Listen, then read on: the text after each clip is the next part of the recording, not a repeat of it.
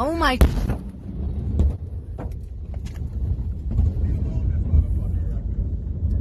Oh my God.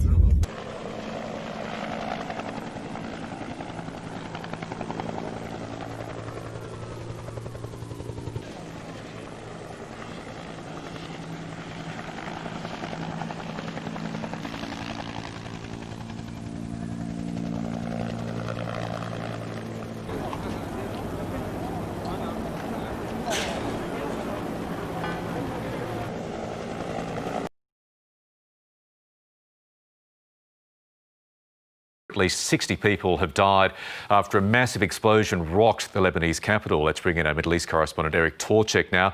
Eric, good morning. What's the latest? Well, Michael, the Lebanese Prime Minister says that the city will need a 2-week state of emergency given the extent of the damage.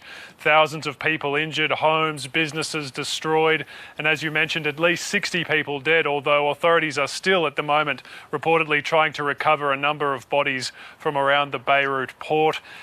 Some of the air pollution that was reported directly after the explosion in the evening has apparently cleared, so that's at least one hazard that the people in Beirut won't have to deal with.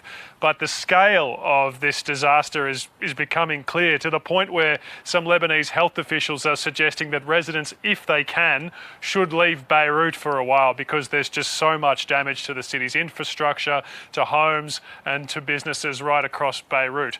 The world's taken notice of what's happened. You know, there's offers of aid coming in from Europe.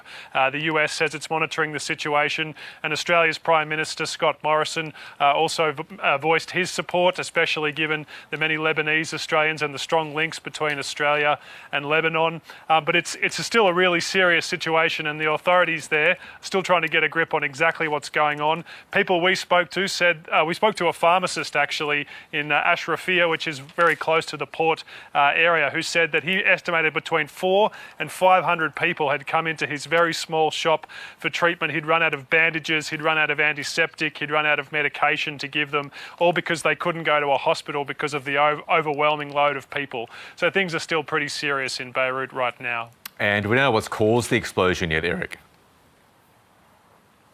Michael, there's so much speculation. You know, we talked about that initial report from the head of the Lebanese General Security saying it may have been a warehouse storing confiscated explosive material. There's now some doubt about that, even though Lebanon's Prime Minister said they were aware of hazardous materials in that area.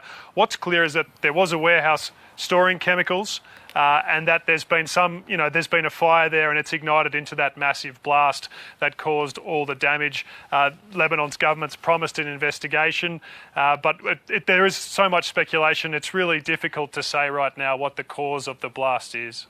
Eric Torchek will stay across this story as the morning goes on. Thank you so much, Lisa. We have some news on that front just coming in now. Yes, the Prime Minister has confirmed that an Australian has been killed in the Beirut explosion. Our colleague, ABC colleague Gavin Coote, just putting this out, that Mr Morrison says there are usually about 20,000 Australians in Lebanon before the coronavirus hit, but he has confirmed just in the last few minutes that an Australian has been killed in that explosion.